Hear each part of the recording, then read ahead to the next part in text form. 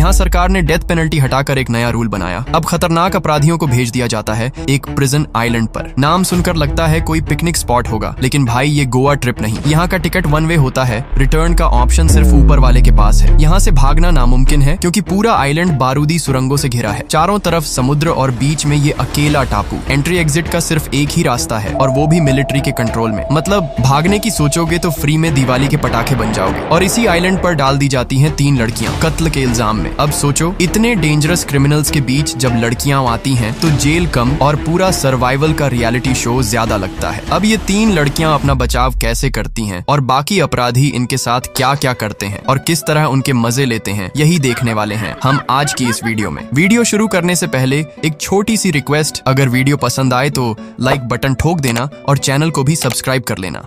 तो कहानी की शुरुआत होती है टीवी जर्नलिस्ट्स के साथ और ये जर्नलिस्ट्स लोगों से पूछ रहे हैं, प्रिजन आइलैंड के बारे में आपकी क्या राय है। ज्यादातर लोग कहते हैं ये सरकार का सबसे बेस्ट डिसीजन है। अगर क्रिमिनल सब एक आइलैंड पर बंद हो जाएंगे तो आम लोग सेफ रहेंगे और जब सब कातिल एक ही जगह जमा होंगे तो वैसे भी एक दूसरे को खत्म कर देंगे और आम लोगों को भी चैन मिल जाएगा। यहाँ से पता चलता है कि 3 साल पहले एक नया कानून पास हुआ है। पहले जो भी बंदा फर्स्ट डिग्री मर्डर करता उसको मिलती थी सीधे फांसी, लेकिन अब गवर्नमेंट ने सोचा भाई फांसी देकर क्या मिलेगा, बंदा फ्री में मर जाता है। इससे अच्छा है इनको आइलैंड भेजो और खुद से मरने दो। और बस फांसी गई तेल लेने। अब सबको भेजा जाता है एक टापू पर, सैन बर्नार्डिनो, जो दुनिया में टर्मिनल आइलैंड के नाम से मशहूर है। यहाँ से भागना बिल्कुल नामुमकिन है क्योंकि आइलैंड चारों तरफ माइनफील्ड से घिरा हुआ है और एक छोटा सा रास्ता जो बोट्स के लिए है उस पर नजर रखती है मिलिट्री की डिस्ट्रॉयर शिप। जर्नलिस्ट्स का नया प्रोजेक्ट है एक फिल्म बनाने का जिसमें वो नए प्रिजनर्स की जिंदगी दिखाएंगे और एंट्री होती है अपने गैंग ऑफ क्रिमिनल्स की।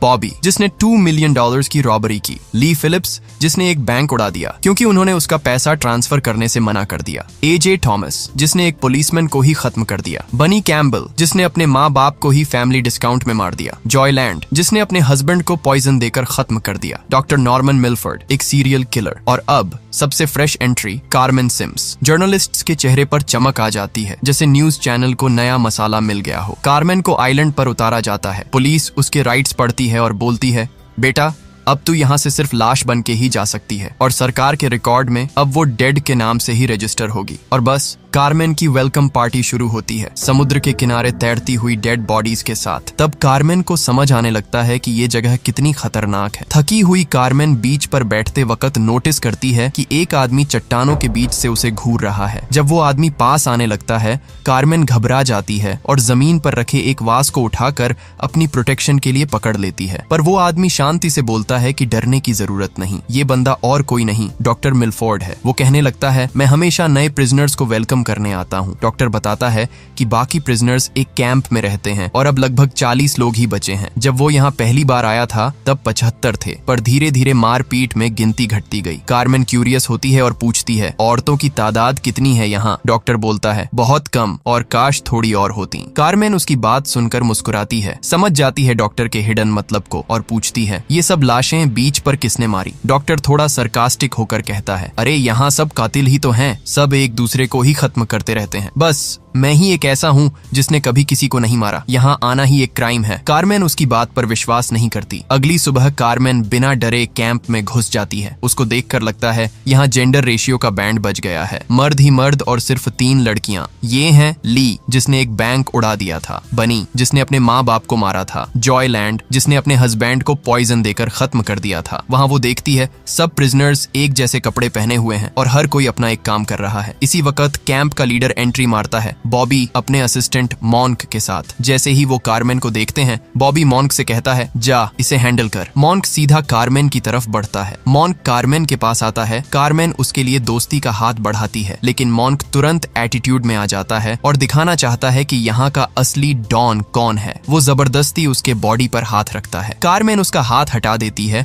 और उससे उलझ जाती है। गुस्से में मॉन्क उसे जमीन पर फेंक देता है, सिर पर पैर रख देता है ताकि सबके सामने उसकी बेइज्जती हो। फिर कहता है, जो काम करने को हम बोलेंगे वो तुम्हें करना ही पड़ेगा, वरना अंजाम बुरा होगा। कार्मेन यहाँ चीख कर मदद मांगती है, लेकिन कोई नहीं आता क्योंकि यहाँ रूल सिंपल है, अपना अपना देख लो। और बस यहीं से शुरू होता है इस प्रिजन आइलैंड, टर्मिनल आइलैंड का असली तमाशा। शाम होते ही औरतें चुपचाप अपनी झोपड़ी में घुस जाती हैं, लेकिन कैंप की ये लड़कियां देख लेती हैं कि कार्मेन उनकी मैट्रेस पर बिंदास सो रही है। थोड़ी देर गॉसिप होती है। कार्मेन शॉक में पूछती है, तुम लोग ऐसा क्यों कर रही हो? औरतें बताती हैं कि यहाँ उन्हें इसी रूम में रखा जाता है ताकि मर्दों के पास हमेशा औरतें अवेलेबल रहें, क्योंकि आइलैंड पर और कोई औरत है ही नहीं। फिर जब वो निकलना चाहती है तो कोई उसे जाने ही नहीं देता। औरतें समझाती हैं, यहाँ हम सबसे कीमती माल हैं, इसलिए हमें कहीं आजादी से आने जाने नहीं दिया जाता। ये सुनकर कार्मेन के अंदर का रेबेलियन मोड ऑन हो जाता है। उसे साफ साफ समझ आ जाता है कि सिस्टम गंदा है और इसे बदलना ही होगा। फिर वो सीधे बनी के पास जाकर उसके बाल खींच लेती है और धमकाती है, अगर दोबारा मुझे छेड़ा तो तुझे भी मार दूंगी, जैसे जेल में अपनी एक दोस्त को खत्म किया था। दूसरी लड़कियां भी सोचती हैं, ये तो बड़ी डेंजरस लग रही है, शायद यही इस सिस्टम को बदलेगी।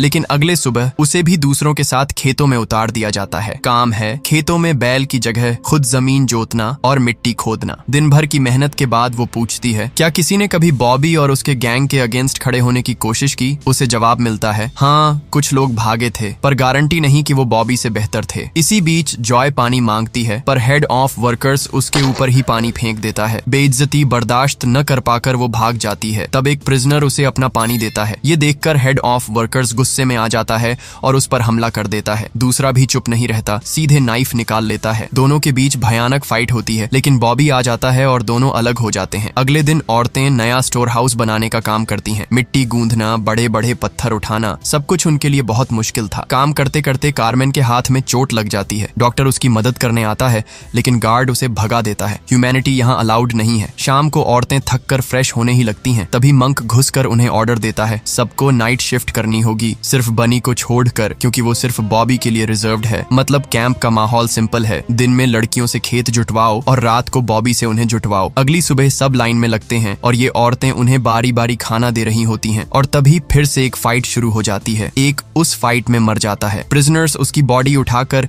सीधे समुद्र में फेंक देते हैं और बस यही होती है आइलैंड की फ्यूनरल सेरेमोनी। इसके बाद औरतें और कुछ प्रिजनर्स प्रोटेक्शन के साथ क्रीक की तरफ कपड़े धोने जाती हैं, लेकिन तभी उन पर अटैक होता है। भागे हुए प्रिजनर्स उन पर टूट पड़ते हैं। ये वही लोग हैं जो बॉबी के खिलाफ खड़े हुए थे। ये है उनका लीडर एजे थॉमस और ये है कॉर्नेल। प्रिजनर्स बॉबी के गार्ड्स को मार गिराते हैं और फिर औरतों को अपने साथ ले जाते हैं। उधर बॉबी को पता चलता है तो वो गुस्से से पागल हो जाता है। वह उन्हें ऑर्डर देता है, औरतों को ढूंढो और कुचल दो सबको। उधर दूसरे कैंप में नए लोग आग के चारों तरफ बैठकर जंगल का सुअर रोस्ट कर रहे होते हैं और बॉबी की जली हुई शक्ल को इमेजिन करके मजा ले रहे होते हैं। पहली बार रिश्तों का नया चैप्टर शुरू होता है, जबरदस्ती नहीं, अपनी मर्जी से। लेकिन एक बंदा इग्नोर हो गया, टेलर। और भाई ये बात उसे बिल्कुल भी बर्दाश्त नहीं होती। टेलर तुरंत पहले वाले आदमी को ली के ऊपर से हटा देता है, क्योंकि उसका खुद का खंभे वाला प्लान रेडी था। हाँ जी, टेलर को अपने पिलर से ली की गुफा में बारिश करानी थी, लेकिन ली मैडम की सोच अलग थी। वो चाहती थी टेलर अपना खंभा यहाँ न गाड़े, इसीलिए वह मदद के लिए चिल्लाना शुरू कर देती है। तभी बाकी लोग आ जाते हैं और टेलर को समझाते हैं, भाई यहाँ जबरदस्ती नहीं चलेगी, सिस्टम अब बदल गया है। टेलर चुप तो हो जाता है, पर उसका दिमाग अभी भी टांगों के बीच में कहीं अटका हुआ था। सीन कट होता है, ली झील में नहा रही होती है। स्लो मोशन में बॉडी से पानी भी टपक रहा है और अपनी आइटम हरकतों से वह टेलर को सिड्यूस करने लगती है। चालाक ली झील से बाहर आती है और धीरे से टेलर को एक जगह ले जाकर लिटा देती है, और वही स्पॉट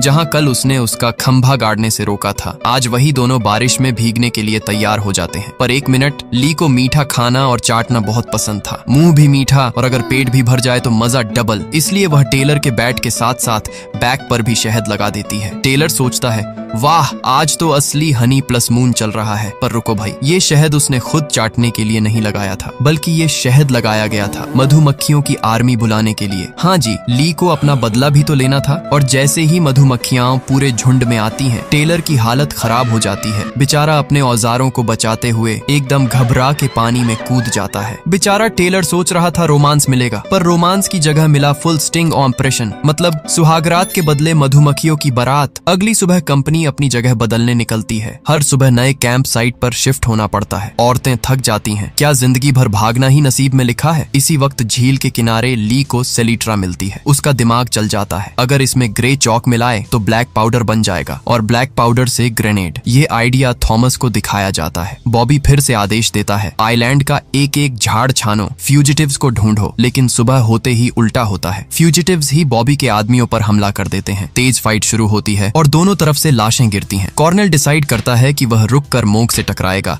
ताकि बाकी लोग भाग निकले। लोग भाग जाते हैं पर एक आदमी जख्मी हो जाता है। उसे बचाने के लिए थॉमस डॉक्टर को बुलाने जाता है और अपने कैंप ले आता है, लेकिन अफसोस डॉक्टर अब उसकी जान नहीं बचा पाता। अगले दिन सब एक बात समझ जाते हैं, ये भागबाजी कर आइलैंड में जीना अब पॉसिबल नहीं है। बॉबी और उसकी गैंग को खत्म करना ही पड़ेगा। इस मिशन के लिए ली अपने ग्रेनेड बनाना शुरू करती है और कारमैन अपना पॉइजन रेडी करती है। मरने वाले को जमीन में दफनाया जाता है। डॉक्टर भी डिसाइड करता है कि वो अब इस नए ग्रुप के साथ ही रहेगा। उधर बॉबी के कैंप में एक बंदा एक छोटा सा रेडियो बना लेता है। बॉबी सही फ्रीक्वेंसी ट्यून करता है और सिग्नल पकड़ लेता है। इसके साथ ही ली के अंडर में इंग्रेडिएंट्स ग्राइंड करते हैं गन पाउडर के लिए। ली खुश हो जाती है, सब परफेक्ट चल रहा है और कुछ ही वक्त में असली ग्रेनेड्स बन जाते हैं। बस फ्यूज जलाओ और फेंक दो। इसी बीच बनी वाटरफॉल के पास निकल जाती है और वहीं बॉबी के लोग उससे पकड़ लेते हैं। रेडियो पर बॉबी सुन लेता है कि सुबह एक पुलिस बोट सप्लाईज लेकर आएगी, तो बनी को समुद्र के किनारे पोल से बांध दिया जाता है और बॉबी खुद उसे बेल्ट से पीटना शुरू करता है। बनी के दोस्त मदद के लिए आगे बढ़ते हैं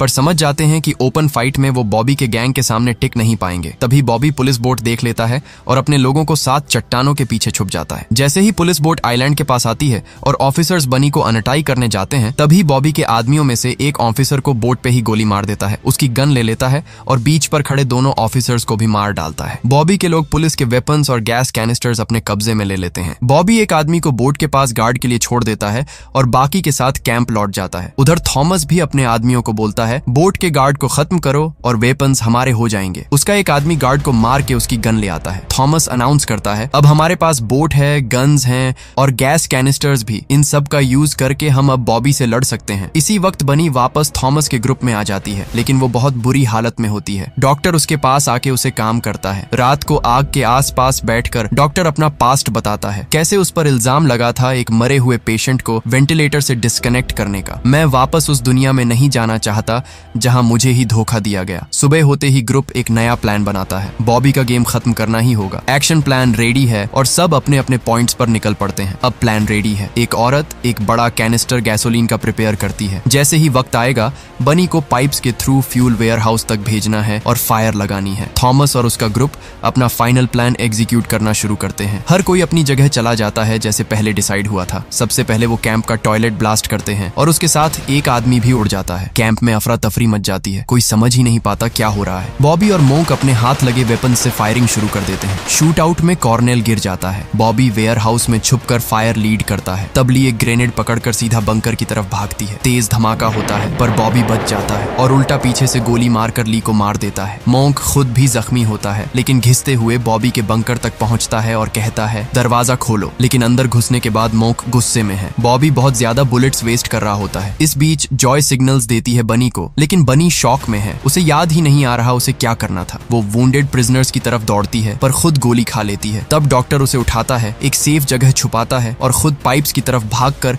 गैसोलीन रिलीज करता है और आग लगाता है। बॉबी को गैसोलीन की स्मेल बहुत लेट समझ आती है और फिर एक बड़ा धमाका होता है। बंकर उड़ जाता है। जलती हुई हालत में बॉबी बाहर निकलता है। थोड़ी देर बाद कैंप में सिर्फ खामोशी बचती है। लोग अब एक दूसरे के साथ शांति से रहना शुरू कर देते हैं। और फिर कहानी में एक ट्विस्ट आता है। मोंक अभी भी जिंदा है, लेकिन उस ब्लास्ट में जलकर उसकी आंखें चली गई हैं और अब वह अंधा हो चुका है। कैंप में शांति आने के बाद हट्स रिबिल्ड होते हैं। लोग खेती बाड़ी में लग जाते हैं। अंधा मोंक भी अब उनके साथ काम करता है और उनके लिए पानी उठाकर लाता है। डॉक्टर और बनी समुद्र के किनारे चले जाते हैं। तभी पुलिस बोट आ जाती है। ऑफिसर चिल्लाता है, डॉ मिलफोर्ड को बुलाओ, मेनलैंड में नए ट्रायल के लिए उनकी जरूरत है। लेकिन डॉक्टर कहता है, मिलफोर्ड मर चुका है, मैं वापस नहीं जाऊंगा, यह आइलैंड ही अब मेरा घर है। और तब एक नई क्रिमिनल समुद्र से उतरकर आइलैंड पर आती है। डॉक्टर हमेशा की तरह उसका स्वागत करता है, जैसे साइकिल फिर से रिपीट हो रहा हो। और यहीं पर आज की हमारी ये कहानी खत्म होती है। ये था एक chapter women in prison film series का, वही कल्ट मूवीज जो 70s में बहुत पॉपुलर थी, जहां औरतें दिखाई जाती थी खूबसूरत बेगुनाह प्रिजनर्स के रूप में, जो आखिर में इंसाफ ढूंढती थी और कभी कभी प्यार भी। दोस्तों, शुक्रिया इस कहानी में हमारे साथ रहने के लिए। कमेंट्स में बताना कि आपको यह फिल्म कैसी लगी और हाँ, लाइक और सब्सक्राइब करना मत भूलना।